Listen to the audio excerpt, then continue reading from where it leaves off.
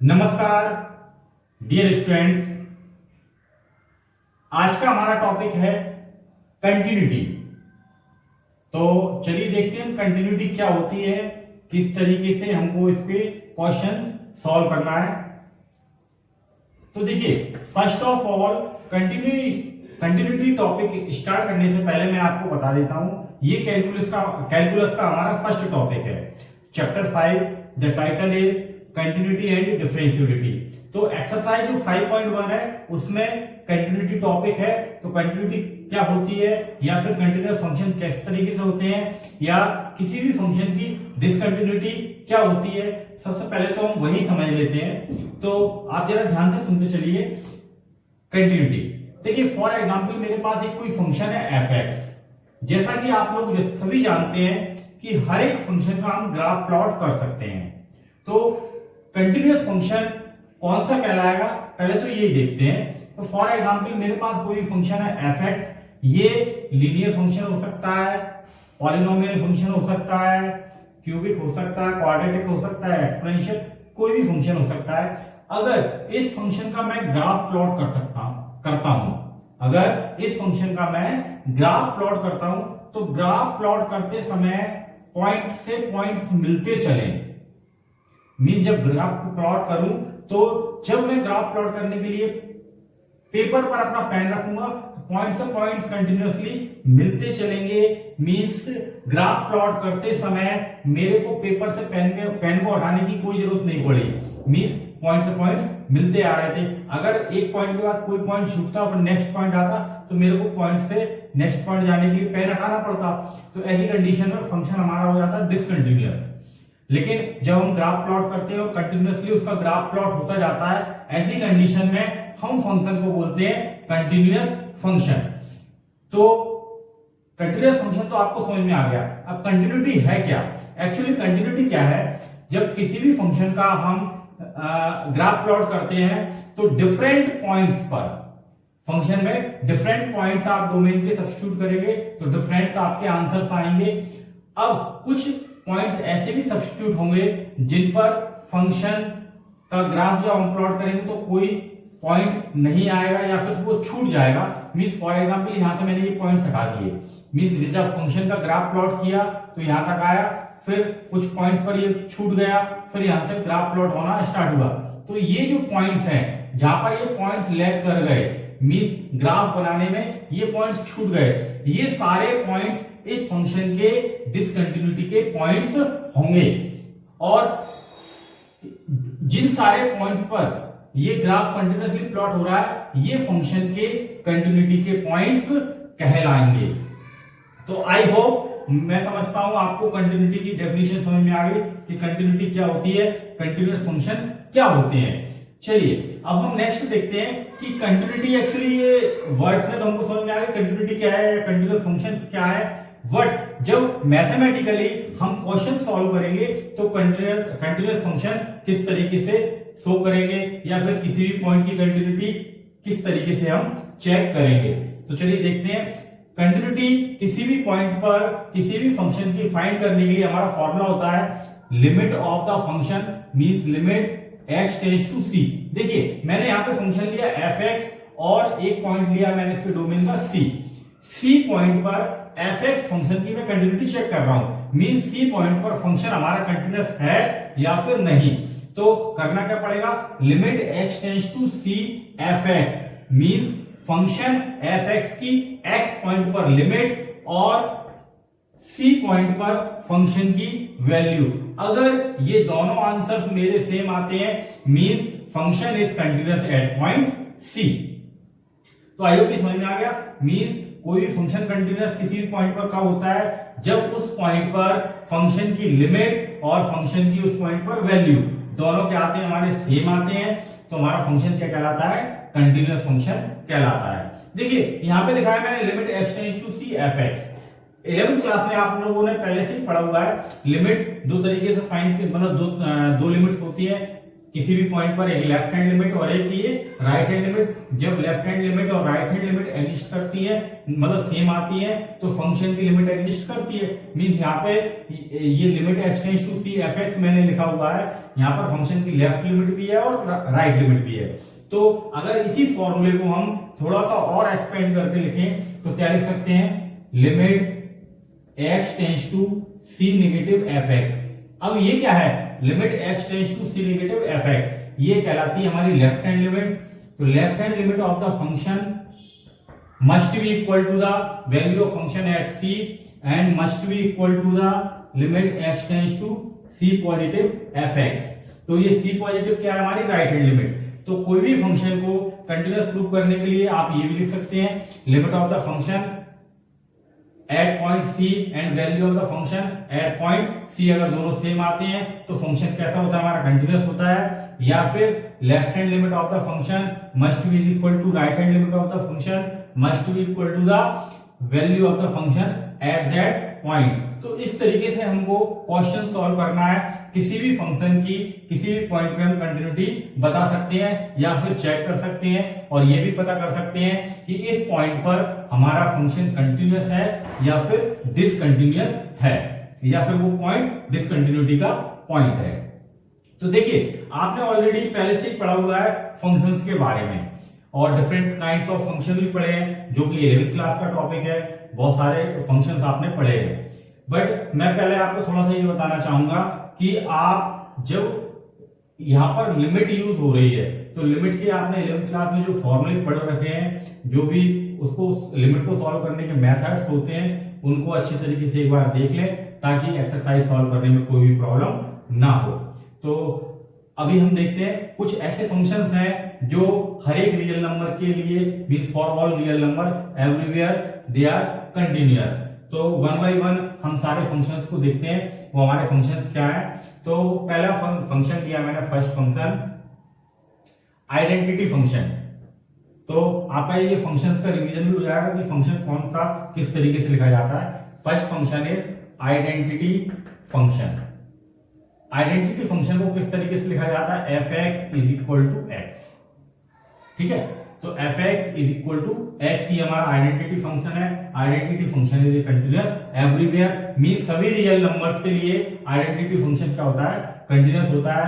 Then next one is linear function. Linear function किस form में होता है, मींस अगर किसी भी फंक्शन की फंक्शन दिया हुआ है और पावर में क्या दिया 1, तो हमारा लीनियर फंक्शन कहलाता है। जैसे कि fx is equal to ax plus b, ये लीनियर है और ये हमारा क्या है, आइडेंटिटी फंक्शन है। Linear function is continuous everywhere.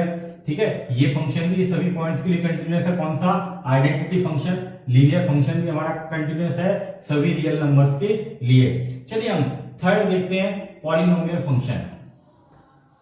Polynomial function, polynomial function is also continuous everywhere या फिर फॉर ऑल रियल नंबर। अब पॉलिनोमियल फंक्शन किस तरीके से होता है, ax raise to power n plus bx raise to power n minus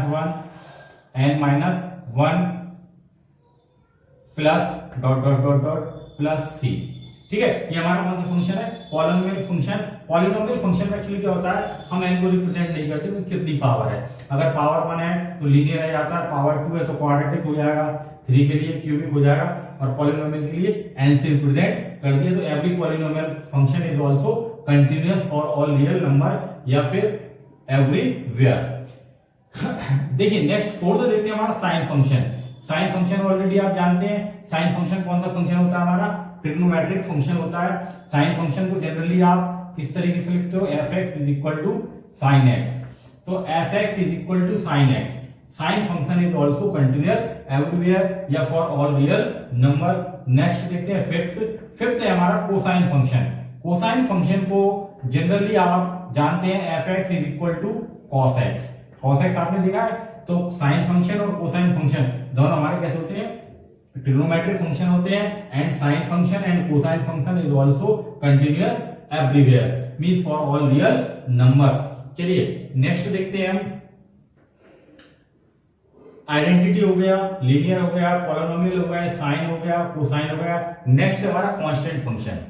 तो constant function क्या होता है, जिसमें वेरिएबल ना हो वो क्या होता है हमारा कांस्टेंट। तो constant function fx is equal to k से रिप्रेजेंट करेंगे। तो fx is equal to k is a constant function. Constant function is also continuous for all real number. Next देखते हैं हम मॉडुलस फंक्शन। मॉडुलस फंक्शन को किस तरीके से रिप्रेजेंट किया जाता है, किस तरीके से लिखते हैं, fx is equal to mod x। तो modulus function is also continuous for all real numbers. देखिए अब आगे हम बढ़ते चलेंगे तो डिफरेंट तरह के फंक्शन हमको मिलते चलेंगे। नेक्स्ट फंक्शन आ जाएगा हमारा एक्सपोनेंशियल फंक्शन। एक्सपोनेंशियल फंक्शन भी आप जानते हैं, एक्सपोनेंशियल फंक्शन। एक्सपोनेंशियल फंक्शन क्या होता है, fx is equal to e raise to power x या फिर a raise to power x के फॉर्म में होता है। हमारा कौन सा होता है, exponential function, e raise to power x और a raise to power x। Exponential function is also continuous everywhere. देखिए जब मैंने बहुत सारे फंक्शंस के बारे में बताया, और भी फंक्शंस है अभी, ठीक है, तो ये हमारे कुछ कॉमन फंक्शंस हैं। अब जब सारे फंक्शन और सभी रियल नंबर्स के लिए कैसे हमारे कंटीन्यूअस हैं, तो हमें कंटिन्यूटी फाइंड क्यों करनी है, सबसे बड़ी बात ये हमें पता है, साइन फंक्शन कंटीन्यूअस एवरीवेयर है, कोसाइन फंक्शन कंटीन्यूअस एवरीवेयर है, मॉडुलस फंक्शन है, लीनियर है, पॉलिनोमियल है। बट अब हम कंटिन्यूटी फाइंड क्यों करेंगे, कंटिन्यूटी फाइंड हम इसलिए करेंगे, देखिए जब सिंपल सी बात है, फॉर एग्जांपल मैंने एक एग्जांपल लिया और एग्जांपल में आपको क्वेश्चन दे दिया, फाइंड द या check the continuity of the function 2x - 4 at x is equal to 3। ठीक है, तो क्वेश्चन क्या दिया मैंने, check the continuity of the function fx 2x - 4 at x is equal to 3। x is equal to 3 पे इस function की मेरे को कंटिन्यूटी चेक करनी है। ये हमारा लीनियर फंक्शन है और हम जानते हैं लीनियर फंक्शन हमारा क्या होता है, सभी रियल नंबर्स के लिए क्या होता है, कंटीन्यूअस होता है। तो ये भी हमारा कंटीन्यूअस फंक्शन होगा, ठीक है। बट इसको सॉल्व करने के लिए मेथड अप्लाई करनी पड़ेगी। ये कंटीन्यूअस है बट कैसे है, उसको एक सॉल्व करने की प्रोसेस होती है, वो हम बताएंगे आपको नेक्स्ट वीडियो में। तो ये हमको ऑलरेडी ये तो पता है, ये कंटीन्यूअस है, ठीक है, बट क्वेश्चन किस तरीके से सॉल्व करना है वो हम देखेंगे आगे।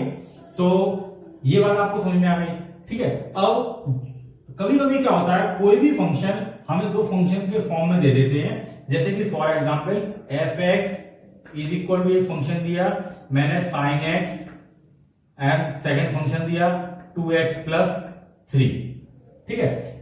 जो fx फंक्शन है, फंक्शन को डिफाइन किया गया है sin x और 2x + 3।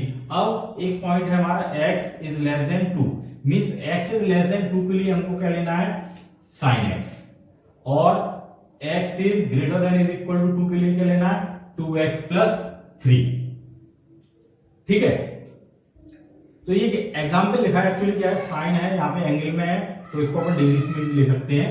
तो fx is equal to sin x when x is less than 2। अब देखिए यहाँ पे दो कंडीशंस हैं, लेस देन 2 के लिए अलग दिया हुआ है, ग्रेटर देन इक्वल टू 2 के लिए अलग दिया हुआ है। तो इस क्वेश्चन को किस तरीके से सॉल्व करेंगे, इसमें डायरेक्टली हम लिमिट फाइंड नहीं कर सकते, क्योंकि लेस देन का साइन दिया है, मींस यहाँ पे लेफ्ट हैंड लिमिट फाइंड करनी पड़ेगी।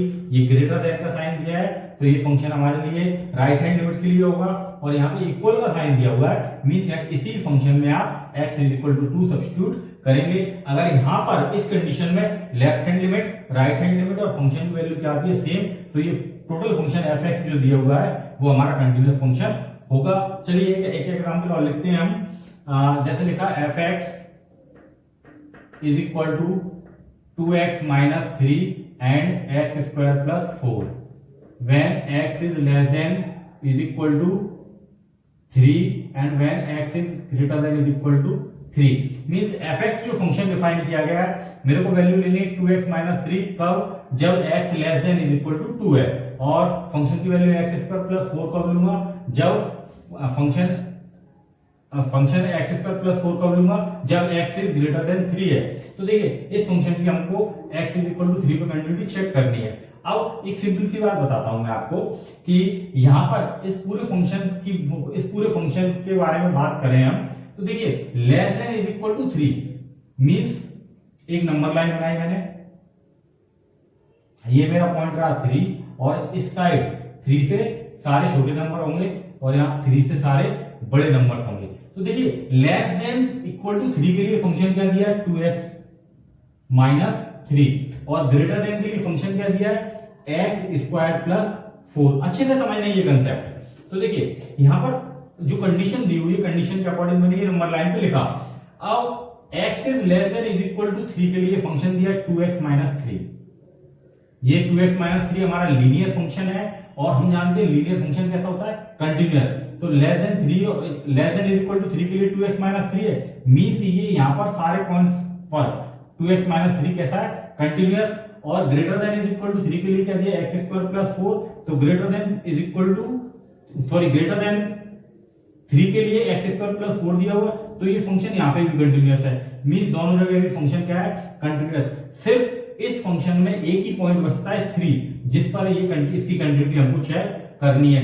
अगर ये 3 पर भी कंटिन्यूअस हो गया, मींस ये फंक्शन कंटिन्यूअस है सभी रियल नंबर्स के लिए। तो लेफ्ट साइड के सारे नंबर के लिए कंटिन्यूअस है, क्योंकि लेफ्ट साइड के सारे नंबर के लिए फंक्शन कैसा दिया है, लीनियर, और राइट साइड के फंक्शन पॉइंट्स के लिए फंक्शन कैसा दिया है, हमारा क्वाड्रेटिक दिया हुआ है। तो ये दोनों फंक्शन हमारे दोनों कंडीशन में लेस देन के लिए और ग्रेटर देन के लिए अभी तक तो कंटिन्यूअस है, लेकिन अगर 3 पर भी कंटिन्यूअस हो जाएगा तो ये सारे पॉइंट्स पर क्या हो जाएगा, कंटिन्यूअस।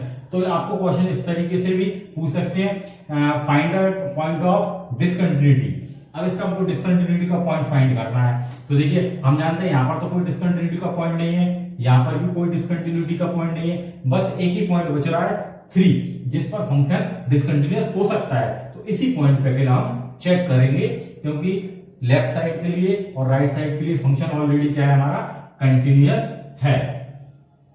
तो आई होप ये कंसेप्ट आपको समझ में आ गया होगा। चलिए हम नेक्स्ट वीडियो में जब देखेंगे तो एक्सरसाइज के क्वेश्चंस किस तरीके से सॉल्व करने हैं। एक्चुअली ये सारी चीजें लिखी हैं मैंने, ये जो फंक्शंस के बारे में बताया है कि कंटिन्यूअस होते हैं, इनको भी सॉल्व करना हम देखेंगे। तो बेटर क्या रहेगा, अगर आप नेक्स्ट वीडियो से पहले अपने लिमिट्स के फॉर्मूले, थोड़े ट्रिग्नोमेट्रिक फॉर्मूले, लिमिट्स सॉल्व करने के लिए कौन कौन सी मेथड्स थी हमारी, उनको अच्छी तरीके से थोड़ा सा पढ़ लोगे तो क्वेश्चन सॉल्व करने में कोई भी प्रॉब्लम नहीं आएगी। तो आई होप नेक्स्ट वीडियो को आप वेट करेंगे और हम एक्सरसाइज को सॉल्व करेंगे। Thank you.